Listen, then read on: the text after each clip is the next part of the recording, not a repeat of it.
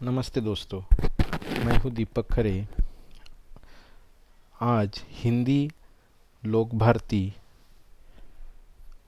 80 marks के paper में प्रश्न क्रमांक 5 में दूसरा प्रश्न रहता है गद्य आकलन, जहाँ पर एक परिच्छेद पर आपको 4 प्रश्न बनाना आवश्यक होता है।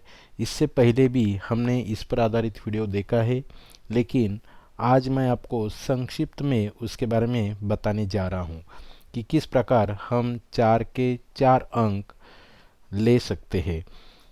तो सबसे पहले गद्य आकलन जो परिच्छेद दिया जाता है ये लेखन विभाग पर आधारित है।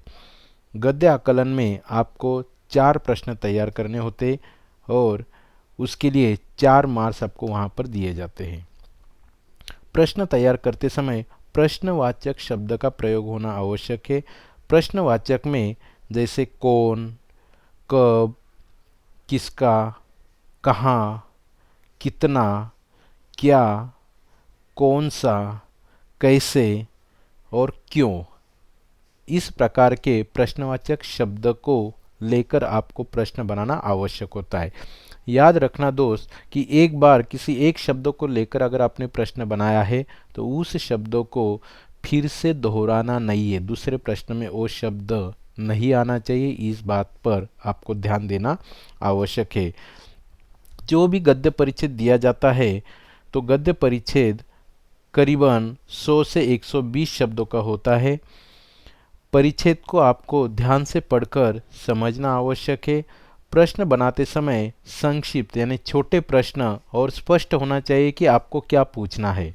प्रश्नों के उत्तर दिए गए परिच्छेद में होना अनिवार्य है।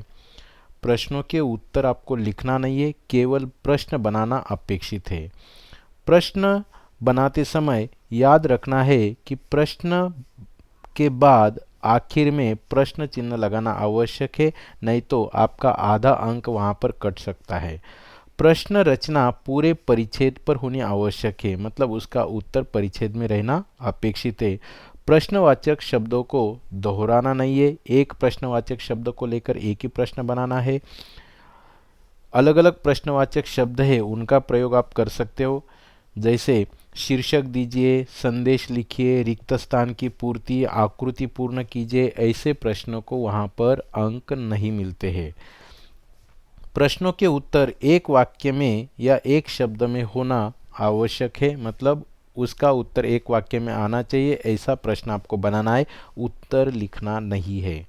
एक प्रश्न लिखा, एक लाइन छोड़कर दूसरा प्रश्न लिखिए ताकि परीक्षक को जांच करते समय आसानी हो।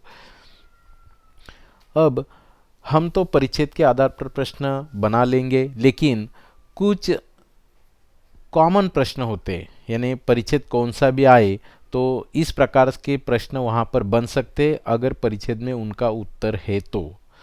जिनको प्रश्न बनाने में दिक्कत होती है, स्पेलिंग मिस्टेक्स होती है, वर्तनी की गलतियाँ होती है या प्रॉपर प्रश्न बनाना नहीं आता है जिसके कारण उनके मार्क्स कटते हैं, उन लोगों के लिए एक संभाव्य ये प्रश्न है कि इसमें से भी आप प्रश्न बना सकते हो, लेकिन उसका उत्तर परिच्छेद में होना अपेक्षित है। तो कौन कौन से प्रश्न बन सकते हैं? ऐसे कई प्रकार के प्रश्न हैं, मैंने यहाँ पर उदाहरण दाखिल कुछ दिए हैं। जैसे परिच्छेद में आया हुआ किसी एक शहर का नाम बताइए, मतलब परिच्छेद में आया हुआ शहर का नाम कौन सा है, प्रश्न चिन्ह। परिच्छेद में आया हुआ प्राणी का नाम कौन सा है या परिच्छेद में कौन सा प्राणी आया है। परिच्छेद में आया हुआ आदमी का नाम बताइए या परिच्छेद में आया हुआ आदमी कौन सा है या आदमी का नाम क्या है। परिच्छेद में आया हुआ एक त्यौहार का नाम बताइए या उस त्यौहार एक त्यौहार का नाम कौन सा है। परिच्छेद में आया हुआ एक मुहावरा कौन सा है। परिच्छेद में आई हुई कहावत कौन सी है। परिच्छेद में आया हुआ मौसम का नाम बताइए। परिच्छेद में किसका महत्व बताया गया है। परिच्छेद में कौन से घटक का वर्णन किया गया है। परिच्छेद कौन से विचारधारा पर आधारित है। यानी आप अपने हिसाब से भी वहाँ पर प्रश्न तैयार कर सकते हैं।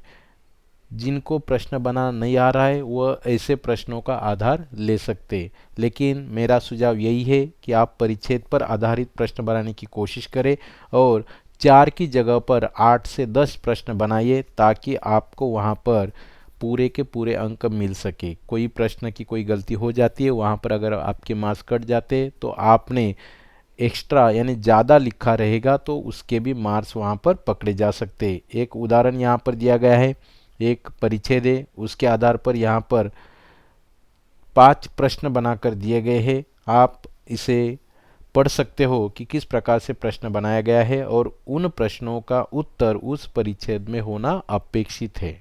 ठीक है, तो गद्य आकलन में प्रश्न कैसे बनाना है ये आपको समझ में आया होगा।